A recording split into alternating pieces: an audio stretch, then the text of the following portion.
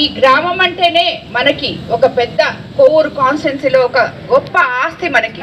ఎందుకంటే అందరూ ప్రతి ఒక్కరూ ఎదురు చూస్తున్నారు, ఎప్పుడెప్పుడు ఇక్కడ పరిశ్రమలు వస్తాయా, ఎప్పుడెప్పుడు మా బిడ్డలకి ఉద్యోగాలు వస్తాయా అని చెప్పి ఎదురు చూసే వాళ్ళ కళ్ళల్లో సంతోషం చూడడానికి ఎంపీ వేమిరెడ్డి ప్రభాకర్ రెడ్డి గారు అనునిత్యం ఢిల్లీలో ఉన్నప్పుడల్లా దీన్ని కదిలిస్తూనే ఉన్నారు.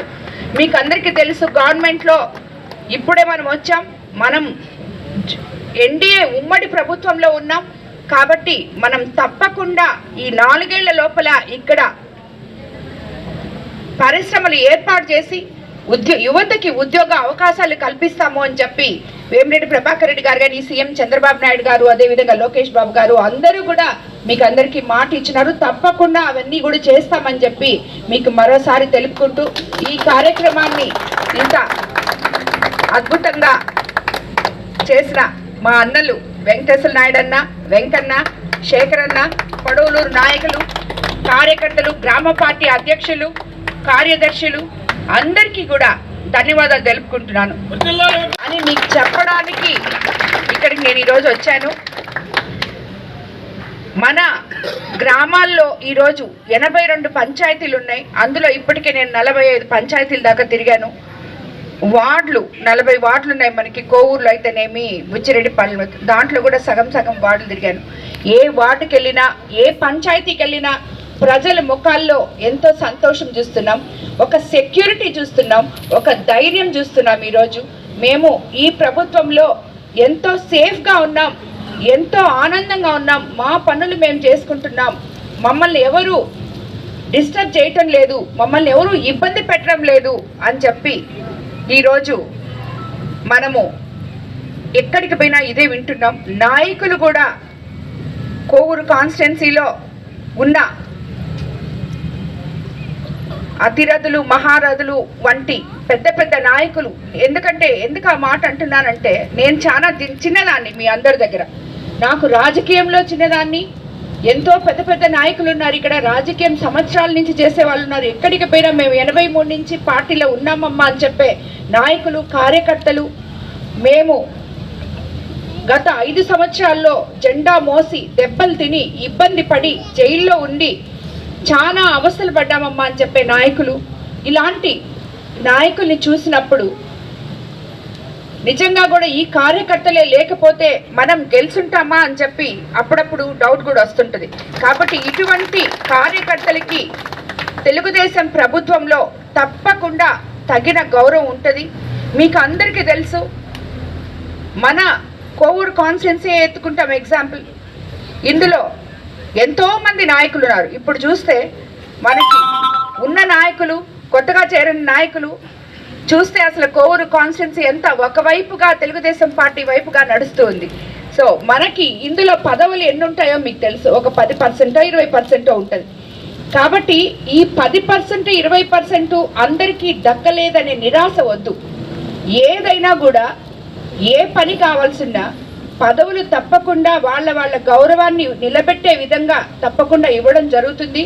ఒక్కసారి ఇవ్వలేదు అని చెప్పి ఎవరు నిరాశ చెందొద్దు. రాబోయే రోజుల్లో ప్రతి ఒక్కరికి అవకాశం కల్పిస్తాం. ప్రతి కార్యకర్తకి, ప్రతి నాయకుడికి తెలుగుదేశం ప్రభుత్వంలో తగిన గౌరవం ఇస్తాం. కాబట్టి ఎవరు కూడా, నేను ప్రత్యేకంగా చెప్పేది, మన యువ నాయకులు లోకేష్ బాబు కార్యకర్తే అధినేత అని చెప్పి ఈరోజు మనం అందరం మన పార్టీని తీసుకొని ముందుకెళ్తున్నాం. ఈ కార్యకర్తల బలం ఎక్కడా తగ్గకూడదు. ఎవరు ఎన్ని అడ్డంకులు వచ్చినా, ఎన్ని చేసినా, మనం చేసే పనులు ఓర్వలేక ఏమేం చేసినా ఈ కోవూరు కాన్స్టిట్యున్సీలో ఉన్న కార్యకర్తలు అందరూ నాకు అండగా ఉన్నారని చెప్పి మీరు నిరూపించుకున్నారు. వాళ్ళందరికీ కూడా నేను శిరస్సు వంచి నమస్కరిస్తున్నాను. మహిళా కార్యకర్తలు అయితేనేమి,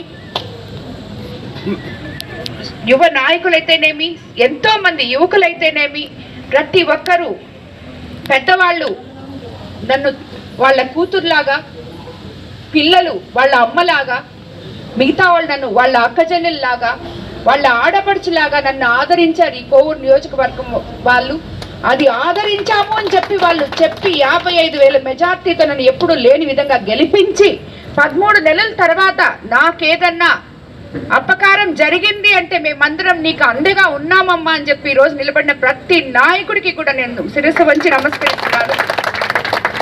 ఈరోజు మనం ఏ విధంగా అయితే చంద్రబాబు నాయుడు గారు అధికారంలోకి వచ్చినాక సంక్షేమము అభివృద్ధి సమపాళ్లలో మీకు అందరికీ అందిస్తామన్నారు. అందులో భాగంగా మనం ఎంతో మంది కోవూరు కాన్స్టిట్యున్సీ డెల్టా ఏరియా అయినందువల్ల మనకి ఆయన అధికారంలోకి రాగానే ఏదైతే ల్యాండ్ యాక్ట్ రద్దు చేస్తున్నారో అది తప్పకుండా రద్దు చేయడం జరిగింది. పెన్షన్లు 4,000 అవ్వాతాతలకి ఇవ్వడం జరిగింది. దివ్యాంగులకు 6,000 ఇవ్వడం జరిగింది. డిసేబుల్డ్ పీపుల్కి 15,000 ఇవ్వడం జరిగింది. అదేవిధంగా ఉచిత ఇసుక ఇచ్చి ఎంతో మంది కార్మికులను ఆదుకోవడం జరిగింది. దీపం 2 పథకం కింద గ్యాస్ సిలిండర్లు ఇవ్వడం జరిగింది.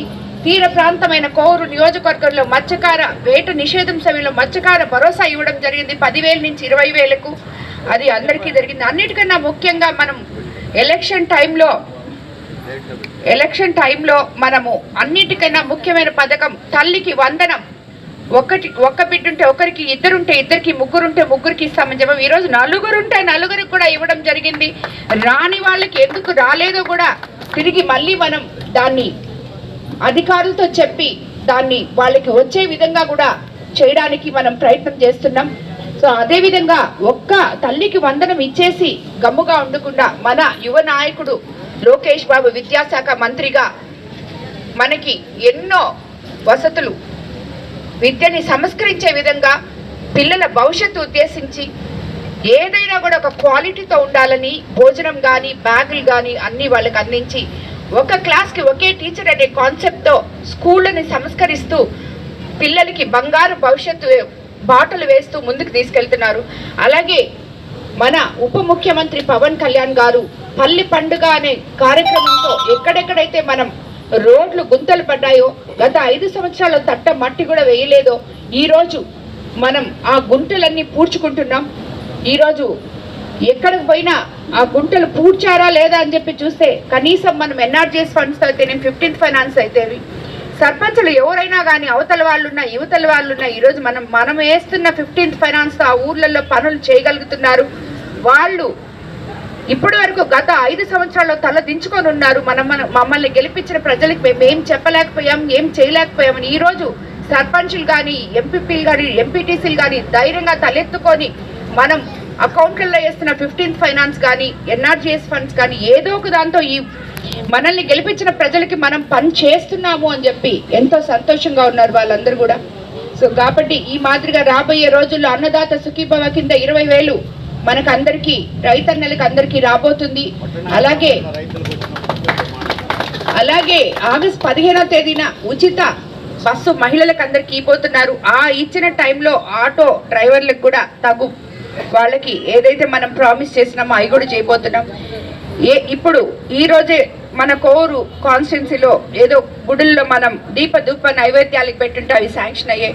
ఇలాగా ప్రతి ఒక్కటి కూడా మసీదుల్లో కానీ ఎక్కడ ఏం చెప్పామో అన్నీ కూడా ఈరోజు చేసుకోగలుగుతున్నాం, ప్రశాంతంగా ఉండగలుగుతున్నాం. అన్నిటికన్నా ముందు ఆత్మవిశ్వాసంతో మనోధైర్యంతో మనకి ఏదో పూర్తి చేశాం. శ్రీరెడ్డి గారిని స్టేజీ మీదకి రావాలి. పూర్తి చేశాం. ఆ ఘనత మా ఎమ్మెల్యే గారిదే, మాది కాదు. మమ్మల్ని నుండి వెనకుండి నడిపించి మాకు ధైర్యం ఇచ్చి ముందుకు నడిపించింది. కాబట్టి మేము ప్రోగ్రాంలు కూడా 5 మండలాల లేకంటే కొడలూరు మండలం నెంబర్ 1లో పెట్టాము. అదంతా మా అక్కదయే. ఈరోజు ఈ కార్యక్రమానికి మా బ్యాంకి మేనేజర్ గారు కొన్ని విషయాలు 2 మాటలు మాట్లాడతారు, అవతల ఎమ్మెల్యే గారు మాట్లాడతారు. ఈ పొలాల గురించి 2 మాటలు మస్తాను మాట్లాడాల్సిందిగా కోరుచున్నాను. అందరికీ నమస్కారం. ఈ రోజున గౌరవ ఎమ్మెల్యే శ్రీమతి ప్రశాంత్ రెడ్డి గారు సుపరిపాలనలో తొలి అడుగు సందర్భంగా మన గ్రామానికి విచ్చేసినందుకు వారికి సభాముఖంగా ధన్యవాదాలు తెలుపుకుంటున్నాం. ముఖ్యంగా చంద్రబాబు గారి పరిపాలనలో ఈ రోజున పేదలందరూ సుఖ సంతోషాలతో ఉన్నారు. ప్రభుత్వ పథకాలే కాకుండా వాళ్ళ ట్రస్ట్ ద్వారా కూడా ఎంతోమంది పేదలకు సహాయం చేస్తున్నటువంటి దంపతులు ఇద్దరికి కూడాను సభాముఖంగా ధన్యవాదాలు. ముఖ్యంగా 2 విషయాలు మేడం దృష్టికి తీసుకురావాలనుకున్నా. గత ప్రభుత్వంలో మాకు జరిగిన అన్యాయాల గురించి 2 విషయాలు మేడం దృష్టికి తీసుకొస్తున్నాను. ఒకటి, మా గ్రామంలో ఉన్న పేదలకి ఇళ్ళు లేవు. వాళ్ళందరినీ మా గ్రామంలో ఉన్న వాళ్ళందరినీ తీసుకుపోయి పక్క గ్రామంలో పట్టాలు ఇచ్చి పక్క పంచాయతీలో ఉన్న వాళ్ళని తీసుకొచ్చి మా గ్రామంలో పెట్టారు. దీని మీద నాపా వెంకటేశ్వర నాయుడు గారు పోరాడాడు. కానీ ఫలితం లేకుండా పోయింది. తర్వాత మేము కలిసి అధికారులను కలిసి అవన్నీ క్యాన్సిల్ చేయించాము. ఈరోజు అందరూ కూడాను మా ఫ్రీగా ఉన్నాయి, భూములు ఉన్నాయి, మా గ్రామంకు సరిపోను, మిగిలితే పక్క గ్రామాలకు కూడా మాకు అభ్యంతరాలు లేవు. అట్లా కాకుండా మా గ్రామాలని బయట పెట్టి బయట గ్రామాలకు మా ఊర్లో ఏమిటి ఇది ఎక్కడ ఏమో మాకు అర్థం కాల, అది ఎంత కూడా మేము విన్నవించుకున్నాం. తర్వాత మేము ఈ గ్రామం ఒక అడవిలో ఏర్పడింది. అడవిని నరుక్కొని భూములు